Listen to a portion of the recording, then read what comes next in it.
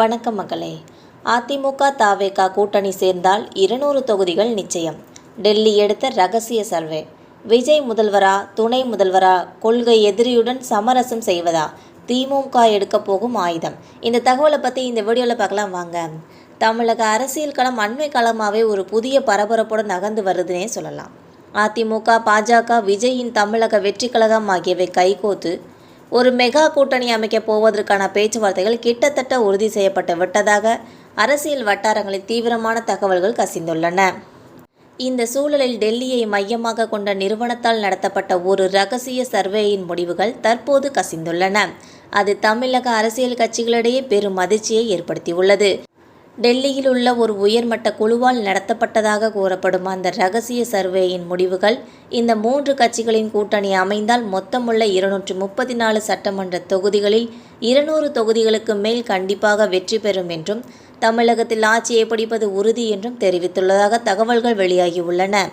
இந்த முடிவுகள் அதிமுக மற்றும் பாஜக தலைமைகளுக்கு பெரும் நம்பிக்கையை அளித்துள்ள நிலையில் எப்படியாவது இந்த கூட்டணியை உறுதி செய்ய வேண்டும் என்பதில் டெல்லி தலைமை தீவிரம் காட்டுவதாக கூறப்படுகிறது. இந்த மெகா கூட்டணியின் ஒரே கொள்கை வலுவான வாக்கு வங்கிகளை குவித்து திமுகவை அரியணையில் இருந்து வீழ்த்துவது மட்டுமேயாக உள்ளது. கூட்டணி வெற்றி பெற்று ஆட்சி அமைப்பது உறுதியானாலும் அடுத்த கட்ட பிரச்சனைகள் மிகப்பெரிய சவாலாக இருக்கும். இந்த கூட்டணியில் உள்ள தலைவர்களில் யார் முதல்வர் என்பதுதான் மிகப்பெரிய $1,000,000 கேள்வி என்பது குறிப்பிடத்தக்கது. முதலமைச்சர் வேட்பாளர் யார்? நடிகர் விஜயின் நட்சத்திர செல்வாக்கும் அவருக்கு கிடைக்கும் இளைஞர்களின் ஆதரவும் ஆட்சியை பிடிப்பதற்கான பிரதான காரணம் எனில் அவர் முதல்வர் பதவியை கேட்பாரா அல்லது அதிமுகவின் முகமான எடப்பாடி பழனிசாமி முதல்வர் வேட்பாளராக நீடிப்பாரா? நடிகர் விஜய் முதல்வர் எனில் இபிஎஸ்ஸின் நிலை என்ன? இபிஎஸ் முதல்வர் எனில் விஜய் துணை முதல்வரா? ஆட்சி அதிகாரத்தில் பாஜகவுக்கு அமைச்சரவையில் முக்கிய இடங்கள் வழங்கப்படுமா? இந்த 3 கட்சிகளின் தலைவர்களும் தற்போது முதலில் தேர்தலில் வெற்றி பெறுவோம் என்றும் அதன் பின்னர் நமது பிரச்சனைகளை பேசிக்கொள்ளலாம் என்றும் ஒரு தற்காலிக முடிவை எடுத்துள்ளதாக நம்பகத்தகுந்த வட்டாரங்கள் தெரிவிக்கின்றன.